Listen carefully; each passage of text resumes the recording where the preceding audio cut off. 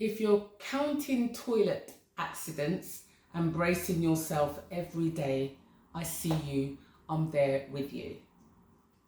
In today's video, I want to give you a compassionate, practical guide to understanding the challenges of toilet training a neurodiverse child.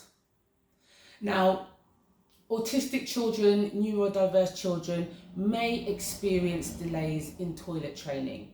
Now, this could be due to sensory sensitivities. It could be the fear of flushing. I know with my son, he's sensitive to sound and noise. Or it could be just the discomfort with textures. It could also be communication barriers, difficulties expressing the need to go. It can also be anxiety or resistance to change. You know, they could be preferring just to keep that familiar pattern, like using the nappy. And those of you that are outside the UK, when I say nappy, I'm referring to a diaper, you may know it as. There could be medical issues, for example, constipation. And it is rarely diagnosed. My son doesn't go regularly. This might be TMI.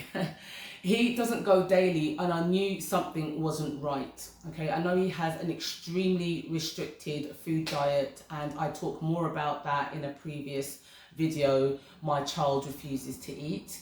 You may wish to have a look at that. I went to the doctor and I explained to the doctor the difficulties I felt that my son was having when going to the toilet. And he was actually prescribed a very gentle laxative that would just make him go naturally. So we're still on that journey. And as I said, I am there with you. My son is nearly 5 years old and he is not yet toilet trained. So step number 1, wait until they're ready. So readiness signs include staying dry for 2 or so hours. You know, you may wish to remove their nappy or diaper and see whether they remain dry for a period of time. Your child may be showing awareness of wet or soiled nappies. So for example, with my son, he will just remove the nappy and walk around without anything on. And I have these little pants that he can wear and he absolutely loves them. And what I've found is that when I actually remove the nappy, I don't know whether he's holding it, which is probably what it is, knowing him, but he doesn't seem to wet himself so often. And when he needs to soil his nappy, I'll notice that he's not around, so I'll look and he's disappeared. But then when I go and find him, he's in the corner, sort of ashamedly, you know, going to the toilet. There could also be predictable bowel movements, so you just know exactly when your child is going to go to the toilet, okay? Your child could also have the ability to follow simple instructions, or they may have an interest in the toilet or the bathroom. So I spoke earlier in a video about attachment and that my son needs to be with me when I use the bathroom. Whether I'm using the toilet, having a bath or shower, brushing my teeth, he needs to be with me. He opens the door and he insists on the door being open, and he'll just sit outside the door and he'll prop it up and he'll just wait until I've finished. Now, if training becomes a battle, pause and revisit in 2 to 3 months. Now, readiness is developmental. It's not age-based, okay? I've waited until now because I felt that my son was ready. I knew last year, 6 months ago, he wasn't ready, okay? I am taking my cues from him, and I suggest that you also do the same. So step 2, create a bathroom routine. So change nappies in the bathroom. I've heard of this and I think it's fantastic, okay? So when you need to change their nappy, diaper, take them into the bathroom, okay, and change them there. And that is just to build association. Now under that comes sort of standing them up for their changes, okay? So you know, obviously with babies, you lay them down, or you know, you put them down on a surface and you change them. If you feel that your child is ready to be toilet trained, change them standing up. And, you know, if they've soiled themselves, you may want to place that waste into the toilet afterwards, and they can actually see where the waste goes.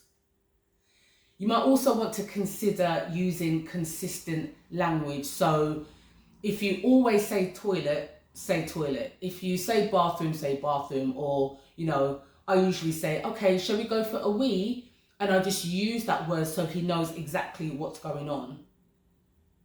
You may also want to think about making your bathroom sensory friendly. Okay, so that may involve dimming lights, you know, or using warm sort of lighting for your child. If you've got fans, you know, turn them off. Or if you've got air fresheners in there and you know that your child is particularly sensitive to things like that, you may just wish to remove them. You could look at maybe adding footstools or padded seats or weighted lap pads. So step number 3, using visual supports. So autistic neurodiverse children often process visual information better than their verbal instructions. So tools to use, and I've spoken about this in previous videos, visual schedules, and that's just showing each step at a time.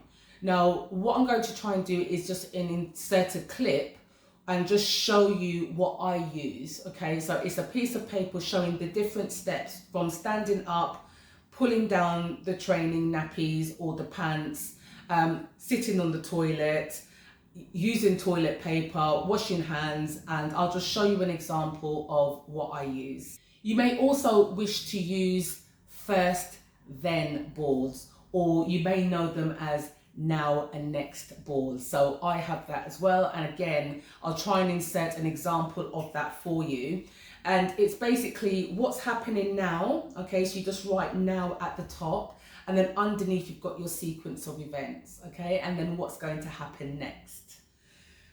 Again, coming with that is the PEC system, which is the picture exchange communication cards. Okay, so your child may know the feeling of wanting to use the bathroom and may wish to give you a card in exchange for you taking them, and that is a fantastic way of communicating. So I'm using that with my son, who's non-verbal, and along with the speech and language therapist, we've devised or created different cards for different occasions or different things that my son may need throughout the day. So that could be from waking up, having his wheat biscuits, and he's having it with hot milk and honey. So that's his typical food. Or he may want his blackcurrant juice, or he may fancy a biscuit, for example. So everything that I know that he may want, we put that as a picture, and it's laminated, and you just cut it out, and you can use sort of blue tack or some sticky Velcro pads and just hold them up. And how we've trained my son into using them is by sitting him down, showing him a picture of bubbles, and we've got a bubble sort of machine, and we would blow it, and he absolutely loves it. Okay, so every time he wanted more, we would say more bubbles, but we wouldn't give him more bubbles until he gave us the card. So we spent a good sort of 10-15 minutes training my son in how to do picture exchange communication systems, and if you want a separate video on that, just pop that in the comment below.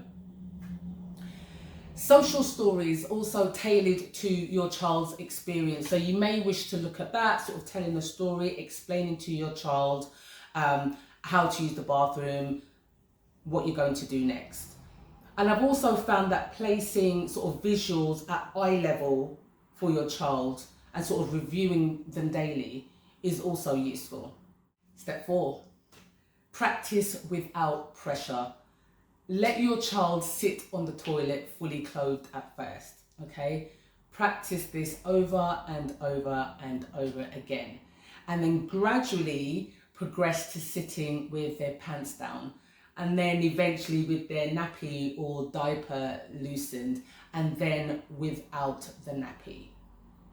You could use fidget toys or their preferred item of choice, just to make, you know, sitting there more comfortable for them. Now, some may say that you should avoid rigid schedules like every 30 minutes. I did that every sort of 10 to 20 minutes. It didn't necessarily work for me, and I'm happy to say that because everything's about trial and error, okay? So if you think that every 30 minutes will work for your child, please do so, okay? You may also want to think about maybe natural cues. So when they wake up in the morning, just putting them on the toilet, whether they do something or not, or after meal times. I know my son, he drinks a lot. So I do try to put him on the toilet regularly when I know he's having sort of cup after cup after cup. But yeah, you might just want to sort of wait for those natural cues. Step 5, using meaningful rewards. Now, sometimes the generic sticker charts may not work, so you may wish to try like highly motivating items that your child may like. For example, trains, dinosaurs, cars, little Lego or Rubik's Cube or anything like that that piques your child's interest. And also use immediate reinforcement after successful attempts. You may wish to create token boards though, just to celebrate those rituals. So you could sort of sing or do a dance or do a high five, something that's really interactive with your child. Now, a tip here is just to fade the rewards away. Okay, so as they get into the habit, you still want to praise them consistently, but they may not need the reward so much. Now, step number 6, addressing sensory barriers. Okay, so these are tactile sensitivities. You may wish to try different toilet seats or potty chairs. Okay, now I didn't even think about this because obviously, we use the toilet. I don't even think twice about how that could be highly sensitive for a neurodiverse child. But if you're putting them on the toilet and they just can't sit there, think about changing the seat, okay, getting little adapters, okay, just until they're comfortable. You may want to use weighted blankets or pressure vests, okay? They're not just for like sleeping or for general comfort. You could use that whilst they're toilet training. And you may want to offer alternative to toilet paper, okay? It doesn't matter if it's the most expensive toilet paper, it may be just too irritating for your child. So they may be used to sort of wet wipes or a wet cloth. So you may wish to continue that for them, okay? How about auditory sensitivities? So we've just spoken about the tactile ones. So let's look at the auditory ones. So you may wish to flush after they've left the bathroom, okay? So that may seem a little contradictory, but again, if they have noise or sound sensitivities, you may just wish to wait, okay? Or you can use noise cancelling headphones, just to kind of minimize the sound for them. Now, how about visual or olfactory sensitivities? So we spoke before about sort of reducing the lighting and also using maybe unscented cleaning products or air fresheners or cleaning, things of that nature. And maybe look at keeping the bathroom visually calm and uncluttered, okay? So step 7, coordinate across environments. So share toilet plans with nurseries, schools, therapists, or other caregivers. It's really important that you're not just doing it alone. Don't just train them at home, okay? Everybody is involved. If you go and visit a family member, or if you're just generally taking them to school, nursery, or some other educational establishment, let them know and they will continue the training plan with you, okay? It's also really important that you use the same language, visuals, and routines, okay? And maybe look at sort of scheduling in monthly checkups because you may just want to adjust your strategy. Now, what about regression? I would say revisit visuals and their routines. If they regress, they're not ready. You may just want to try again in a month or two, or even 3. But it's important to stay calm and consistent, avoid punishment, and just focus on emotional safety. Now, if you stayed with me this far in the video, thank you very much. And just to show my appreciation, if any of you would like support and guidance in toilet training your neurodiverse child, I do have a free guide to give you. Okay, the link is in the description below.